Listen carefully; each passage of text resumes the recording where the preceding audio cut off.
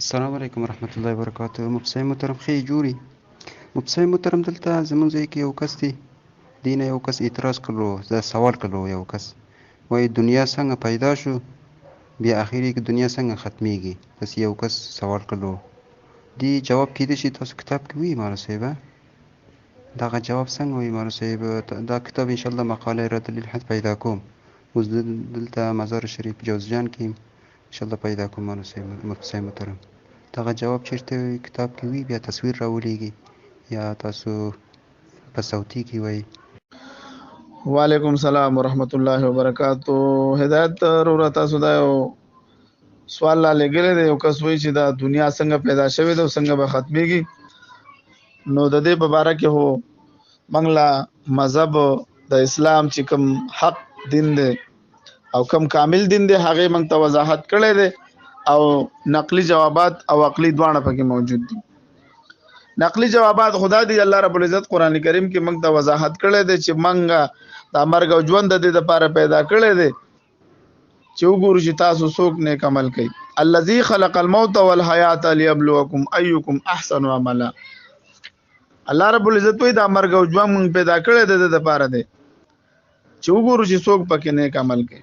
دغه شان ته کې الله رب العزت بل آیات کې فرمایي هل اتى على الانسان حين من الدهر لم يكن شيئا مذكورا.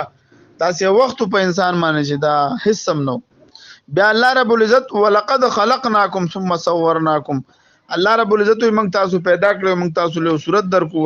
بل آیات مبارک دی وخلق كل شيء فقدره تقدير. الله رب العزت هر څه پیدا کړو یو اندازې او له هم مقرر کړی ده. نو الله رب العزت موږ پیدا کړیو لکه څنګه چې دنیا کې ګوره یو کس یو موټر ایجاد کی، یو جاز ایجاد کی چې شي تاسو اخلي بازار ته لاړ شئ، تاسو که یو لپټاپ اخلي، که یو موبایل اخلي، که یو ماشین، د هر شي اخلاقي سره خپل کتابچه دا غي اصول په کې بیان کړی چې د دې اصول مطابق به تاسو دا چلوي. دغه شان د کې د انسان د پاره الله رب العزت قرآن کریم را لېږلی دی. الله رب العزت چې کله نه دنیا پیدا کړې ده نو د انبیاء کرام سلسله شروع کړې وه او په دې کې 1,40,000 کم بیش انبیاء کرام راغلي دي.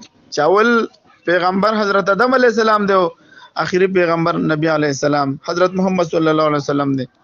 اوس چې د دین د اسلام دا چې د دنه علاوه بل دین چې د الله ته نه دی خوښ، ان الدین عند الله الاسلام.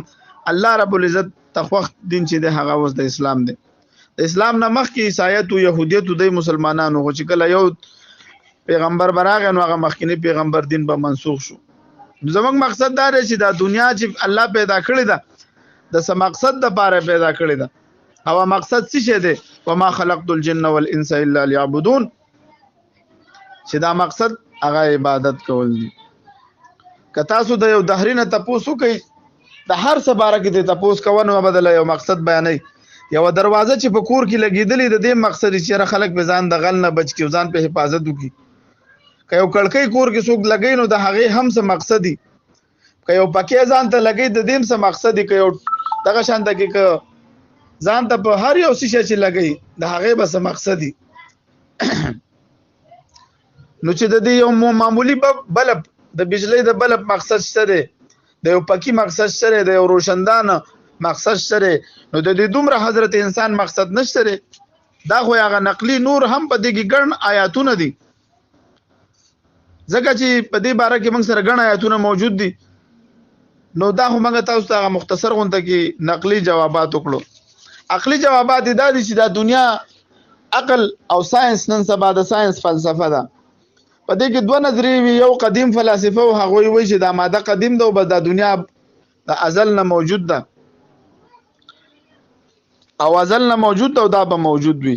د هغوی فلسفه کوم چې د یونان فلسفه او د هغوی دا نظریه وه قدیم چې اوس کم چې جدید فلسفه او ساينسدانان دي نو دوی دا نظریه ده چې دا دنیا پیدا شوې ده د بیگ بینګ د وجې نه. بس یو دماکه وشوه، یو ماده پیدا شو، د مادې نه هر څه خود به خوده پیدا شو.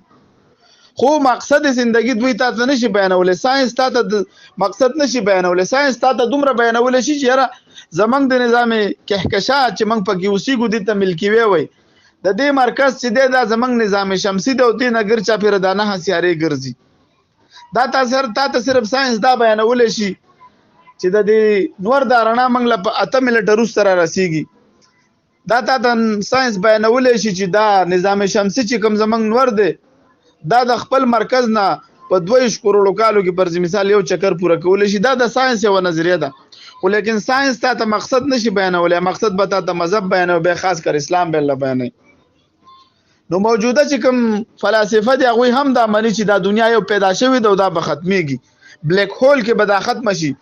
دا بلیک هول چې د زمنګ د ملکی وی زمنګ چې کهکشا ده د دنه چې کم غیر چا پیر دا د کم بلیک هول نه غیر چا پیر رفتار کوي. کچرته وای دا د بلیک هول ته برابر شو نو دا به یو نوړی شي، یو نوړی نه بم کم شو، دا هر څه براغون شي، ختم بشي. نو دا ساينس هم دا وای او اسلام هم دا وای چې دا دنیا یو ورځ ختمېدون کی ده. د دنیا ابتدا هم شوی ده او د دنیا انتها هم موجود ده. بیا دا انسان وای چې زمل شمنو زب بیا څنګه پیدا کېږم.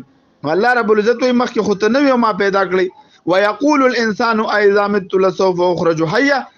آیا چې زمل شم زب بیا را ژوند کېږم. او لا يذكر الانسان، آیا دا انسان نه ګوري ان خلقناه من قبل ولم يكن شيئا چې بنګ دا پیدا کو مخکې خدای سم نو. نن ساينس چې کوم تجربات کوي الحمدلله اسلام مخکې دا ثابت کړی دي.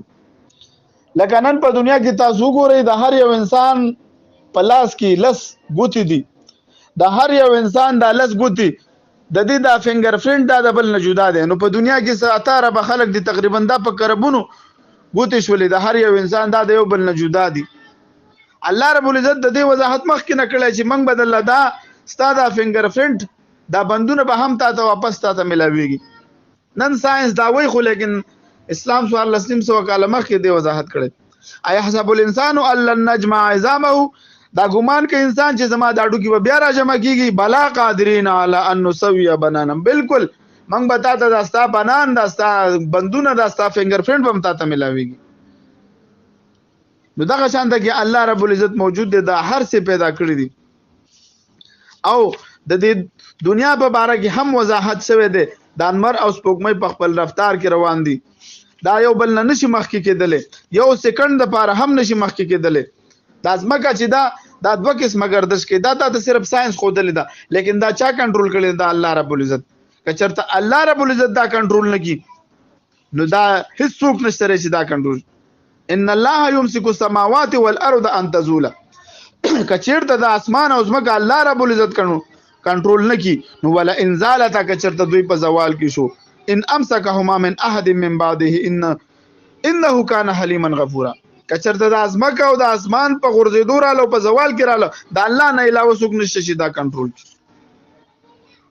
نو دا دومره هر څه پیدا کړی دي او دا ساينس او قران کریم هم ساينس هم نظریه ده چې دا د انور به وخت کې به نور شي.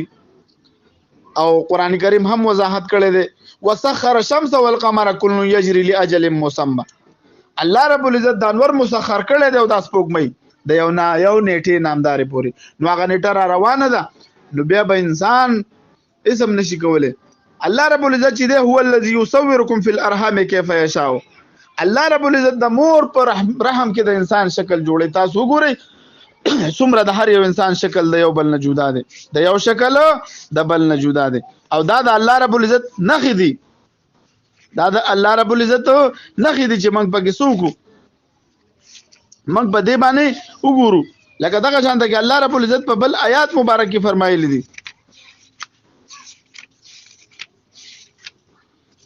ومن آیاته خلق السماوات والارض واختلاف السنتكم والوانكم.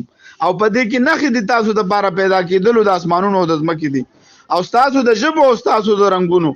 ګورل په دنیا کې بزرهاو جبې دي، یو بل دا کم زینه راغلي، دا چا پیدا کړی؟ دا الله پیدا کړی. والوانکم او تاسو د شکلونو.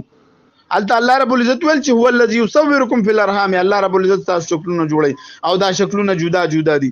وفي انفسكم فلا تبصرون. آیا تاسو په دې جسم کې نه ګورئ؟ په دې کې تاسو د بار دا انسان د خپل جسم ته وګوري چې الله رب العزت موجود دی.